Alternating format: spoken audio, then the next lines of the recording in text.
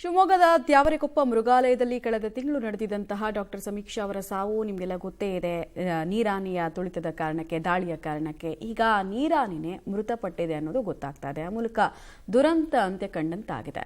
ಹಾಗಾದ್ರೆ ನೀರಾನೆ ಸಾಯೋದಕ್ಕೆ ಏನು ಕಾರಣ ಆಯಿತು ಅನ್ನೋದ್ರ ಡೀಟೇಲ್ಸ್ ಇದೆ, ನೋಡೋಣ. ತ್ಯಾವರೆಕೊಪ್ಪ ಮೃಗಾಲಯದಲ್ಲಿ ಸರಣಿ ದುರಂತಗಳ ಅಂತ್ಯ. ಡಾಕ್ಟರ್ ಸಮೀಕ್ಷಾ ರೆಡ್ಡಿ ಸಾವಿಗೆ ಕಾರಣವಾಗಿದ್ದ ನೀರಾನೆ ಸಾವು. ಹೌದು, ಶಿವಮೊಗ್ಗ ಹೊರವಲಯದ ತ್ಯಾವರೆಕೊಪ್ಪ ಮೃಗಾಲಯದಲ್ಲಿ ಕರ್ತವ್ಯದಲ್ಲಿದ್ದ ಬೆಂಗಳೂರು ಮೂಲದ ಯುವ ಪಶುವೈದ್ಯೆ ಡಾಕ್ಟರ್ ಸಮೀಕ್ಷಾ ಸಾವಿಗೆ ಕಾರಣವಾಗಿದ್ದ ನೀರಾನೆ ಚಿಕಿತ್ಸೆ ಫಲಿಸದೆ ಸಾವನ್ನಪ್ಪಿದೆ.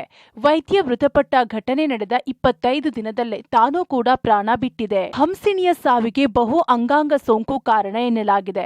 3ನೇ ಬಾರಿ ಗರ್ಭ ಧರಿಸಿದ್ದ ಹಂಸಿನಿಯ ಗರ್ಭಾಶಯದಲ್ಲೇ ಭ್ರೂಣ ಮೃತಪಟ್ಟು ಅದರ ಸೋಂಕು ಇಡೀ ದೇಹಕ್ಕೆ ವ್ಯಾಪಿಸಿತ್ತು. ಕಳೆದ ಮಾರ್ಚ್ 18ರಿಂದಲೇ ಆಹಾರ ತ್ಯಜಿಸಿದ್ದ ಹಂಸಿನಿ ತೀವ್ರ ಯಾತನೆಯಲ್ಲೇ ದಿನ ಕಳೆಯುತ್ತಿತ್ತು. ಬನ್ನೇರುಘಟ್ಟ ಹಾಗೂ ಮೈಸೂರಿನ ತಜ್ಞ ವೈದ್ಯರು ಡಾರ್ಟಿಂಗ್ ಮೂಲಕ ಆಂಟಿಬಯೋಟಿಕ್ಸ್ ನೀಡಿದ್ರು, ಯಾವುದೇ ಫಲ ಸಿಕ್ಕಿಲ್ಲ. ಖುಷಿಗಿಂತ ನೋವನ್ನೇ ಹೆಚ್ಚು ಅನುಭವಿಸಿದ್ದ ಹಂಸಿನಿ, 3ನೇ ಬಾರಿ ಗರ್ಭ ಧರಿಸಿದ್ದ ಹಂಸಿನಿ ನೀರಾನೆ. ಅಂದ ಹಾಗೆ 2022ರಲ್ಲಿ ಮೈಸೂರು ಮೃಗಾಲಯದಿಂದ ಶಿವಮೊಗ್ಗಕ್ಕೆ ಶಿಫ್ಟ್ ಆಗಿದ್ದ ನೀರಾನೆ ಹಂಸಿನಿ ಖುಷಿಗಿಂತ ನೋವನ್ನೇ ಹೆಚ್ಚು ಅನುಭವಿಸಿದೆ. ಈ ಹಿಂದೆ 2024ರಲ್ಲಿ ಹಂಸಿನಿ ಮರಿ ಹಾಕಿದ್ದ ವೇಳೆ ಗಂಡು ನೀರಾನೆ ದಾಳಿ ಮಾಡಿ ಮರಿ ಮೃತಪಟ್ರೆ, 2025ರ ಮಾರ್ಚ್ 23ರಂದು ಜನಿಸಿದ್ದ 2ನೇ ಮರಿಯು ನೀರಿನಲ್ಲಿ ಮುಳುಗಿ ಮೃತಪಟ್ಟಿತ್ತು. ಇದೀಗ 3ನೇ ಬಾರಿ ಗರ್ಭ ಧರಿಸಿದ್ದ ಹಂಸಿನಿ ಅದಕ್ಕಾಗಿ ತನ್ನ ಜೀವವನ್ನೇ ಕಳೆದುಕೊಂಡಿದ್ದಾಳೆ. ಇನ್ನು ಸಾವಿಗೂ ಮುನ್ನ ಹಂಸಿನಿ ಸ್ವಲ್ಪ ಚೇತರಿಸಿಕೊಂಡಂತೆ ಕಂಡಿತ್ತು.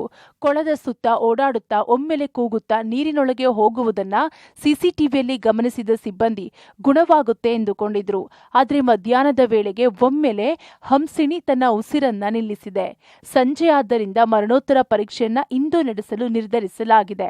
ಇದಕ್ಕಾಗಿ ಬೆಂಗಳೂರಿನಿಂದ ತಜ್ಞ ವೈದ್ಯರ ತಂಡ ಸಹ ಆಗಮಿಸುತ್ತಿದೆ. ಹಂಸಿನಿಯ ಮೃತದೇಹದ ಸುತ್ತಲೂ ಬೃಹತ್ ಐಸ್ ಕ್ಯೂಬ್ಗಳನ್ನ ಇಟ್ಟು ಸಂರಕ್ಷಿಸುವ ಕೆಲಸ ಮಾಡಲಾಗಿದೆ. ಮರಣೋತ್ತರ ಪರೀಕ್ಷೆ ಬಳಿಕವಷ್ಟೇ ಹಂಸಿನಿ ಸಾವಿಗೆ ನಿಖರ ಕಾರಣ ತಿಳಿಯಲಿದೆ. 2 ಮರಿ ಹಾಕಿತ್ತದು. ಸೊ ಫಸ್ಟ್ ಮರಿ ಸ್ವಲ್ಪ ಮೇಲ್ ಅಗ್ರೆಷನಿಂದ ಅದು ತೀರ್ಕೊಂತು. ಸೊ ಅದು ನ್ಯಾಚುರಲಲ್ಲೂ ಅದಾಗತ್ತೆ. ಸೊ ಮರಿ ಬಂದಾಗ ಮೇಲ್ ಅಗ್ರೆಷನ್ ತುಂಬ ಜಾಸ್ತಿ ಇರುತ್ತೆ ಮರಿ ಮೇಲೆ. ಆಮೇಲೆ ಸೆಕೆಂಡ್ ಟೈಮ್ ನಾವು ಸಪ್ರೇಟ್ ಮಾಡಿದ್ವಿ ಮೇಲ್ ಮತ್ತು ಫೀಮೇಲ್ನ. ಸೊ ಅದು ಮರಿ ಹಾಕಮೇಲೆ ಅದೇನೋ ಡ್ರೌನಿಂಗಿಂದ ಮತ್ತು ಸ್ವಲ್ಪ ಇಶ್ಯೂಸಿಂದ ಸತ್ತೋಗಿತ್ತು ಅಂತ ನಮಗೆ ಗಮನಕ್ಕೆ ಬಂದಿತ್ತು. ಸೊ ಈ ಸಲ ನೋಡಬೇಕದು ಏನು ರಿಪೋರ್ಟ್ಸ್ ಏನು ಬರುತ್ತೆ ಅದ ಮೇಲೆ ನಾವು ಡಿಸಿಷನ್ ತಗೊಂಡು. ಒಟ್ಟಾರೆ ಒಬ್ಬ ಭರವಸೆ ವೈದ್ಯೆಯನ್ನ ಕಳೆದುಕೊಂಡಿದ್ದ ಶಿವಮೊಗ್ಗ ಮೃಗಾಲಯಕ್ಕೆ ಈಗ ಮತ್ತೊಂದು ಆಘಾತ ಎದುರಾಗಿದೆ. ಡಾಕ್ಟರ್ ಸಮೀಕ್ಷಾ ರೆಡ್ಡಿ ಮೃತಪಟ್ಟಾಗಲೇ ಘಾಸಿಯಾಗಿದ್ದ ನೀರಾನೆ ಆ ಬಳಿಕ ಚೇತರಿಕೆ ಕಾಣಲೇ ಇಲ್ಲ.